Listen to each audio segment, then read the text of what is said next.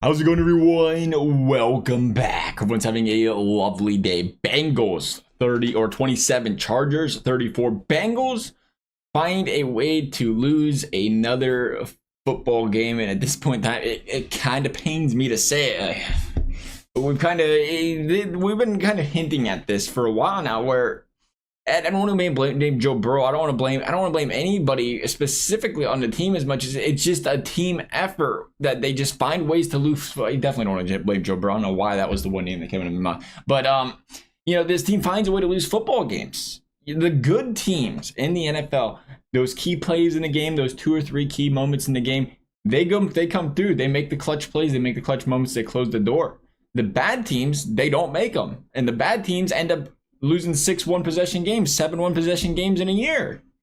This isn't new. It's different because you're like, well, you got Jamar Chase, Joe Burrow, Trey Hendrickson, and these guys. It's like, what's happening? But this isn't new. This isn't new at all. You see teams go 4-12 consistently.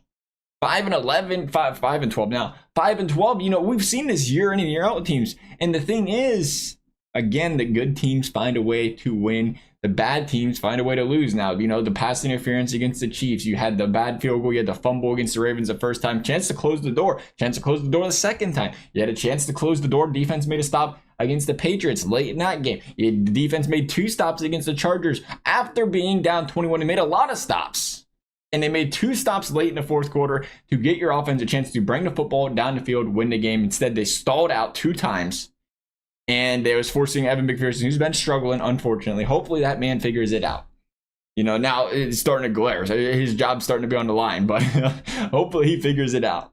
And if he does, great news for the Bengals because we know he's capable of. But right now, it doesn't matter who it is. In every situation, somebody's finding a way. Even in this game here, you could have said Burrow had a chance to run. Burrow had a chance to throw the football a little bit earlier to T. Higgins, who was wide open. He waited a little bit too long to throw the football. Multiple situations. The defense can't. Somebody dropped the interception, dropped the pick 6 late. Could have won the football game. We've seen this before. Some way they find a way to make a mistake, make a play that does cost them a game. And again, I don't like to bring, nobody wants to bring up Joe Burrow because he's having a, but he's there's no question about it. If the Bengals are 7-4 right now, he's a front runner for the MVP. The one thing I don't like about the MVP is, they look at the record, but at the same time, it does make sense because we've known Joe Burrow in the past to work with what he's working with right now and somehow Houdini his way into making that big play late to win the game. And we see other quarterbacks do that. So to an extent, that does make sense to me where they say, well, you got to win the games. Because again, Joe Burrow's got to play perfect. I understand that. But hey, that's an MVP reward. You got to play perfect. And, you look at that and say, well, you kind of get that to an extent there where if he makes that play, if they move the football down the field, he audibles out of this. You can see why they say the win-loss record matters. But, from our perspective as Bengals fans, you look and say, man, this guy's playing best quarterback in league football, and you can't ask for much more. And there's no question about that. But you look and say, okay, here we are, 4-7. Now what? Now who's to blame? What's the reason? Somebody's got to be to blame. You're 4-7, right? The easy scapegoat's the coaching staff. The easy scapegoat's Lou Anarumo. The easy scapegoat's the defense. And for me, I guess this is why we're never going to be the captain who did whatever dude's name is. Never going to be that guy all over the place because we don't, we call it how it is sometimes. I apologize. I think it's more of, you got to raise, this situation's crazy to me because I was just thinking about it. It's like, you got to raise awareness. Almost kind of like how, Pat McAfee bullied the Bengals into getting an indoor practice facility and proving the team. A lot of people looked at it as negativity, but it was really him kind of like speaking out and saying, do this for your players. Do this so these guys want to stay here. Give them a reason to want to play in Cincinnati. Great city, great football fans, great place to be. Give them a reason to stay here when you're giving them at least this minimal amount of amenities and like they're not appreciated. They don't want to stay. And that's kind of what he was getting at by constantly kind of harping on that situation. Now we kind of need a constant harp on the situation of getting some change in the front office, getting some looking at the scouting department that's minimal, and Duke Tobin. We've seen him do some work in free agency there for a little bit, kind of got the pressure off of his back. But here is the thing for me.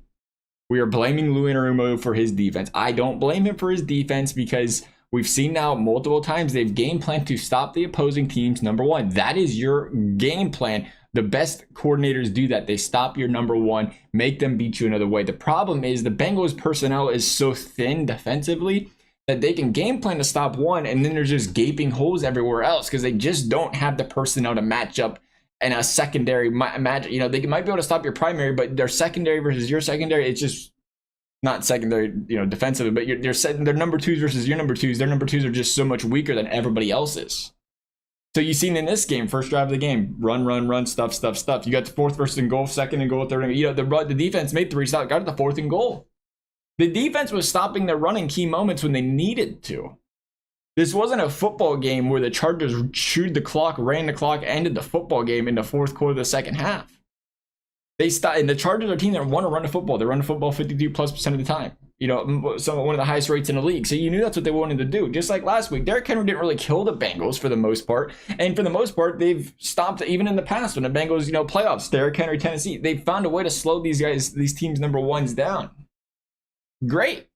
The problem is now that they're so depleted defensively, they don't really have a, you know, that's why we've seen Justin Herbert running for 30 or 40 because they're so worried about stopping one thing, they can't really control the rest. Just like on third and long, like you want to bring pressure, that's great. But now all of a sudden, if your pressure don't get there, you're running, you know, Dax Hill's on the bench. Cam Taylor-Britt is supposed to be your number one. He's not on the bench. CBT was supposed to be your number one. He's benched because of his performance. You just don't have these guys that can match up in one-on-one for long. So if that pressure don't get home, you get burnt badly. Or if you don't bring the pressure and you kind of drop back a little bit, you do a deep cover 2 or whatever, all of a sudden it's Trey Hendrickson and that's it. There's 2 guys, the entire other side of the line's not getting penetration. So Justin Herbert can just step up and run for 25, 30 yards. That's the problem they're running into. So when you look at that problem, and then you look at the offensive line, that has not changed in 5 seasons. They've changed the names. They brought some guys in. It has improved. When Orlando Brown Jr. is there, they're doing better. Hopefully, Amarius, he's got time to develop. We got to give him some time. But we're seeing the same problems. Once again, back-to-back weeks, Joe Burrow was pressured.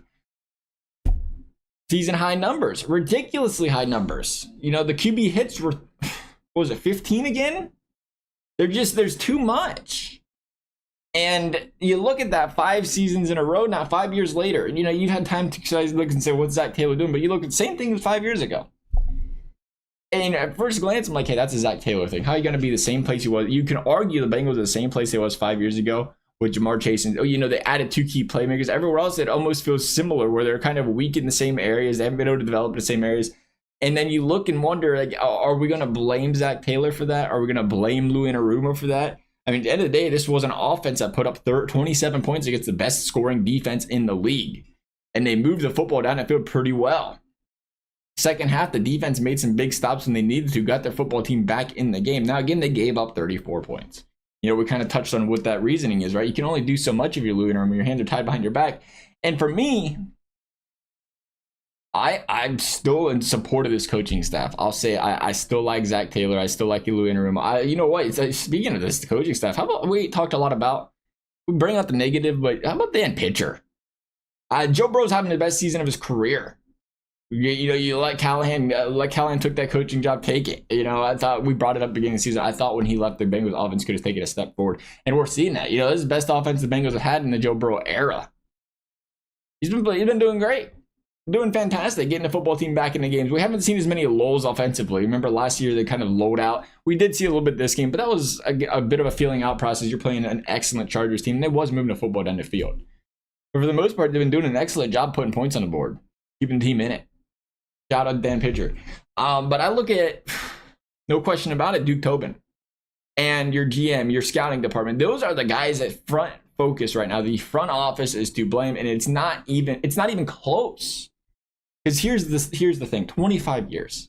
This man has been in charge for 25 years. Remember, Zach Taylor, his career, they've been here 4 or 5 years, whatever. What you say what you will about them. Easy to blame the coaching staff. In 25 years, the Bengals have, 25 first-round draft picks probably? Maybe one, like, they lose one. I ain't gonna quote that exactly. One thing I can quote exactly is in that 25 years, they have drafted 0 Pro Bowl defensive players in the first round of the draft. 0. And then on the offensive side, the only Pro Bowlers they drafted are tight ends. Of course, you got Jamar Chase, T. Higgins, Joe Burrow, or Jamar Chase, Joe Burrow, AJ Green. I'm not counting top 5 picks. Top 5 picks don't count. You can't miss a top 5 pick. That, those are slam dunks. Unless you're drafting quarterbacks, so it's gonna be hit or miss. You do have to give this team some good credit. They've found a way to get the good quarterbacks. Of course, they had the number 1 overall pick twice, but even Andy Dalton was an excellent pick. They've always done a good job of bringing in wide receivers. That there's never been a weakness at the wide receiver position really for the Bengals for more than a year or two at the most. Quarterback position's always been solid. That's what they've done. Even Eric All tight end position, it looks like they're bringing in another good one there. But this is the team that's not been able to draft offensive linemen, not being able to draft defensive linemen, not being able to, you can say the Geno Carlos done that, but great picks. But you're supposed to hit on your first round draft picks, and to not hit on your first round draft picks for 25 years. It's all coming out in full focus now. If you hit on Myles Murphy's a prime example. It looks like he's figuring out a little bit. He's playing some softball. But if Myles Murphy comes into this league, and he's your first round draft pick, he's a playmaker, he's a dynamic player, and he's a pass rusher that complements Trey Hendrickson. Now all of a sudden you have 2 elite pass rushers, completely different defense. Completely different defense. Because now all of a sudden the life of your CBs is so much easier. The quarterback can't scramble out of that pocket as much because both sides of that offensive line are collapsing on him. Completely different. That's just one player. You hit on these offensive linemen that you continue to be busted, continue to be guys that are hurt, that you draft injured. All of a sudden now you're looking at, okay, well, now we don't have as much of an interior offensive line problem. Now we have maybe a left tackle that's not Orlando Brown Jr., Orlando Brown clearly missing him. But we're not paying the guy $17 million a year because he's on an entry level contract. Now all of a sudden we have money to spend somewhere else. A lot of us forget as Bengals fans, as we always say, go spend money on free agency. They only have $9 million in cap space. They really don't have money to spend. It's because they don't have money to spend because they're forced to spend money on veterans, they're forced to spend money on second-year contracts, forced to spend money on free agents, where typically that same caliber of talent you get in the draft, these $8 to $10 million players, or your first round, middle of the pack first round draft picks you should be hitting on, that are now on a cheap contract, or your second round draft picks that are now on a cheap contract. So now that stuff adds up. You say 3, 4, 5 players like that, it's like, okay, now we're talking $40 million extra in cap space that you can now spend on good football players. 2 or 3. And now, again, you talk about if you could add 2 or 3 more players to this team, 1 or 2 to the offensive line, 1 or 2 to the defensive line, 1 or 2 to the secondary, and then you say, okay, now all of a sudden the depth's here. But, we brought it up. This team's so thin from a depth perspective. They're so thin where it's, playmaker, don't get me wrong, the playmakers are playing. Chase, Higgins, Burrow, 3 tutties out of the 2 wide receivers. Hendrickson getting a couple pass deflections in the game, getting pressure on the quarterback. They're playing. They just got to have some complementary pieces, and those complementary pieces are costly in free agency when they become veterans. You got to be able to hit on the draft. And that, for me, is what is the glaring thing with the Bengals. I know we talk a lot about Lou not giving these guys the opportunity. And then, we did see Dak still get the opportunity. Finally, we've seen how bad he got burnt. And all of a sudden, it's like, oh, we was blaming Lou this whole time. And the Dak was getting burnt. He was struggling in the secondary. Now, he does look like he's going to do a lot better at the corner, at the slot position. Looks like that's going to be an improvement. It looks like we're seeing some promise. Once Britt sat on a bench there this game, and we've seen a couple of these young guys get a chance to play more, they look better. And maybe that's the future. But they have to have these guys that can, play in the first place. And it almost feels like just watching the way that, we've seen Lou Anarumo prove that he can scheme up with good plays on defense. We've seen him play this bend but don't break defense. And that's what he'd love to play. He'd be happy to play like the Chargers just played the Bengals for the most. They tried to play where it's like, we'll give up the yards, force the field goals, win a lot of football games. Bengals went to the Super Bowl in that way. Here's some yards. But when the crunch time comes in the red zone, we're going to make a stop. When a big plays need to be made late in the game, we're going to make the stop. We've seen them do that, but unfortunately, from then to now, we've seen that core just get older, and we've seen the good players walk out the door. The crazy thing is, we talked about the Duke Tobin era, the way the Bengals play. They did have a good draft pick in the first round, Jonathan Joseph. They let the man walk, and you went to Houston and won two straight Pro Bowls. That's just been the thing with the Bengals. You can't blame him, but you can't blame the defensive coordinator for that. Sure, take my best corner, walk him out the door. We've seen that a couple times. Take my best safety. It's tough. It's very, very tough. And I think that's where the issue lies right now for the Bengals. And again, Bengals fan, all I want to see is this team to be good at football. I want to see them be a dynasty. I know with Jamar Chase, I know with Joe Burrow, this team has dynasty capabilities. Even with Lou, You know, I've seen this man prove that he can put together a championship defense before. If you give these guys the pieces, and I think that's what's key to remember is, you know, we'll look at it and say, well, Lou's got some say in this, or he's got some say in that. Zach's got some say in this, he's got some say in that. Absolutely.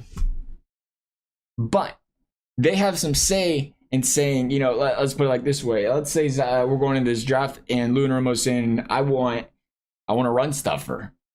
Give me Miles Murphy or give me Chris Jenkins. You know, I want a run stuffer. Who's the best you got on the board? You look at the scouts list. Here's your best on the board. We're going to go through these players. This is who I want. Maybe, you know, scouts have a bigger say for front office, whatever. But when your coaching staff isn't, I don't know if anybody knows this or not, but the football is playing on Sundays, college playing on Saturdays. Your coaching staff ain't going to these games.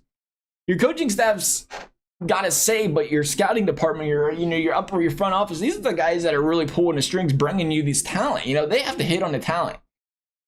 They're just trying to tell you what they want. They got to go out there and get it, though. You know, then that's the thing that gets me with some of this the coaching staff issues and concerns is the front office has proven now 25 years that they can't bring in talented players, not in the first round. That's the problem.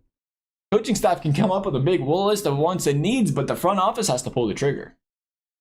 Nonetheless, you know, hopefully even now at 4-7, this Bengals football team, you look at them and say, hey, they're playing a style of football where all something has to do is click. One little thing can click, the flip of the switch. All of a sudden, that one or two plays, they're not coming through, they're not clutching. They start happening, they start connecting. They can reel off 7 straight and go 11-7, 11 or 10-7 and make the playoffs. Absolutely.